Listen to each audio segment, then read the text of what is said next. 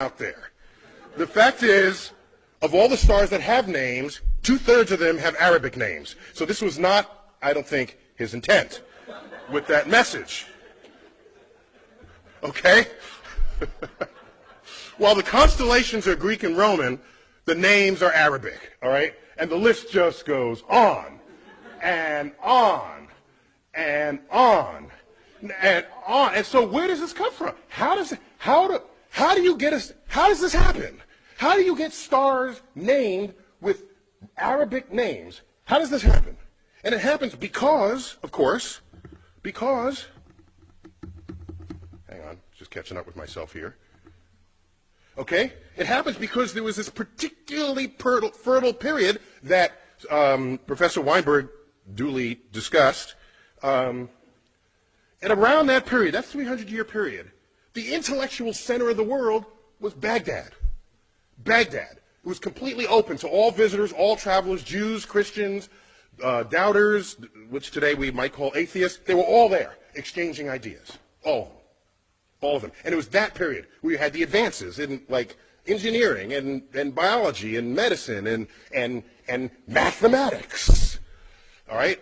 Our numerals are called what? Arabic numerals. Now, you ever stop and think about that? You know, in America, do we take pause at this? Why are they called Arabic numerals? Okay, they fully exploit the discovery of the zero, create a whole field called algebra, itself an Arabic word. Algorithm is an Arabic word. All this is going on, and it's all traceable, not to some long 1,000-year tradition in Islam. It's traceable to this 300-year period. This 300-year period. And then, so they had naming rights. The most expensive, beautifully carved astrolabes come out of this period. There's a great collection of these at the Adler Planetarium in Chicago, if you ever want to check them out. So navigation, celestial navigation, all of this is traceable to this period. And so something happened. And what happened, as was previously described, I was told, and forgive me for repeating from what you might have heard, 12th century kicks in, and then you get the influence of this scholar, Al-Ghazali. All right?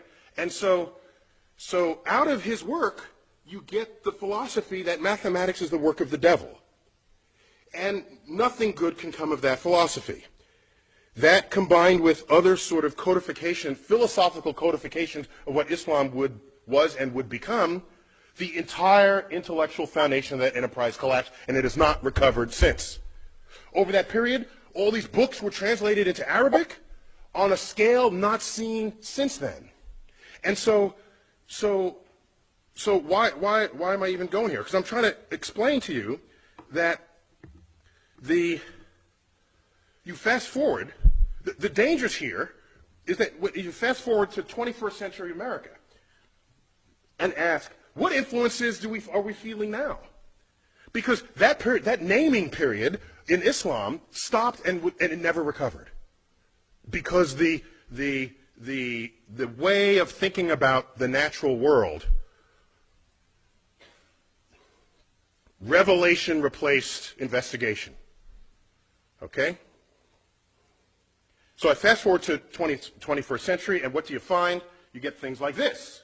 Okay? This is in America. All right? So now, what I find interesting is it's a level of passion that it requires to actually do it. You got to, like, pay for this. Okay?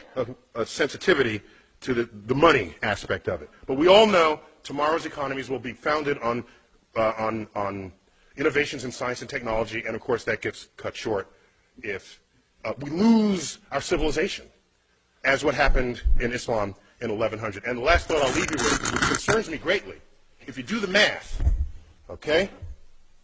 You know, just look. You look at all the Nobel Prize winners that ever